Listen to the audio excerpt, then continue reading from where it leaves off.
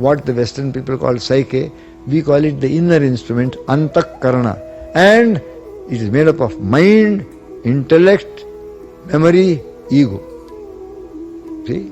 Manas, buddhi, chitta, and this kingpin, ahankar, who is really a nothing. See? But thinks I am everything. See?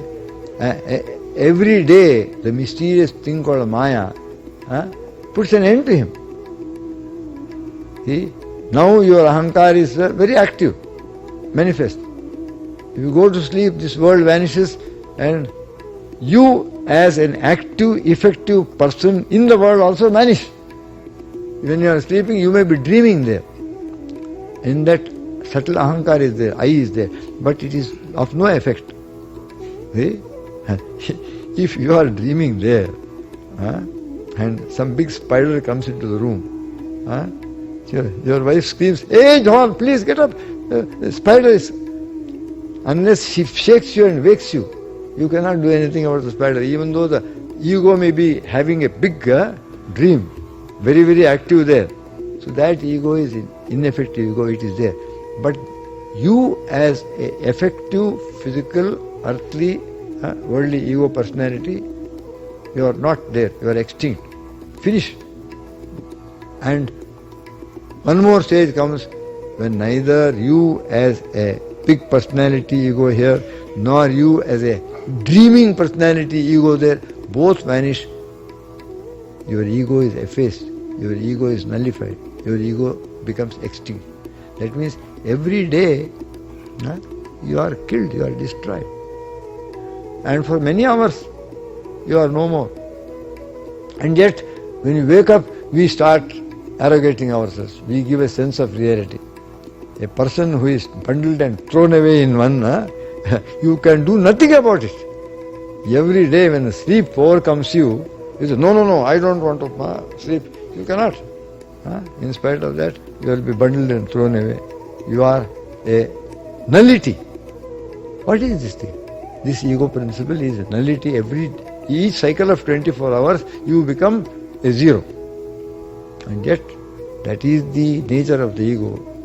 He will try to assert, try to be aggressive and arrogate himself, even though helpless in the deep sleep state to assert oneself, and helpless in the waking state to do anything about the mind. The mind is taking you for a ride, always playing with you. And so, if you want to get control of the mind, you will have to tell yourself, no, this is impossible situation. Henceforward, I am not going to play into the hands of the mind. Because even though I am part of the inner instrument, I am a distinct aspect and I am an important aspect. Therefore, I will assert my importance, and you must learn to stand back and say, I am distinct from the mind. I am different from the mind. Mind you, I am not telling you this in the Vedantic sense, in the spiritual metaphysical sense. No, that comes next. Even in the psychological level itself, you must try to affirm your identity as apart from this mind, which is only an instrument given in your hands. You are supposed to make use of it. It is supposed to serve you. Now you have become enslaved by it. You say, enough of this slavery. Today I cry halt. From tomorrow no more will I allow this. Thus far and no further. You have to put your foot down and make up your determined resolve that from tomorrow I will be the director. I will be in charge. Mind is not going to direct me. Mind is not going to take charge of me. I will be in charge. If you do that, then you are on your way to conquering the mind, on your way to controlling the mind. As long as you are absolutely identifying yourself with the mind, and whatever the mind desires, you think I desire, whatever the mind feels, you think I feel, whatever the mind thinks, this is my thought, and therefore you want to conform it, and if someone contradicts it, you are ready to fight. No. If you go into a wrong thought, if you are gripped by a wrong thought, and you start doing something foolish, someone pulls you back and says, hey, what are you doing? This is very wrong of you. You must not try to defend yourself or say, yes, my God, I am sorry. Thank you for pointing this out to me. I got trapped by the mind.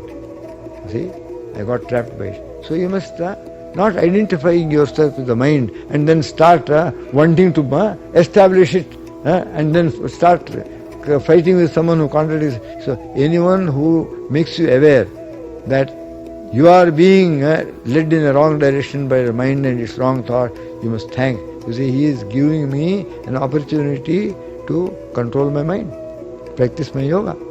And therefore you must know on the psychological level, how to stand back, know yourself as distinct from the mind, not part of it, and not obliged to listen to it, not in any way compelled or obliged to do whatever it wants you to do, but on the contrary you may say, no, I can be myself. I can assert my separate identity apart from the mind, its thoughts, its emotions, its promptings, its egging on. No. Therefore, if you write about turn, if you cry hard, put your foot down and say, henceforward, when a mind makes a thought, I will first examine it. I will stand apart, be a witness and observe it. First of all, apprise it. What is its nature? Is it an okay thought and if you think that thought is negative and not worthy of you, not worthy of all that you have learned, all that you have been trained to do, out it goes.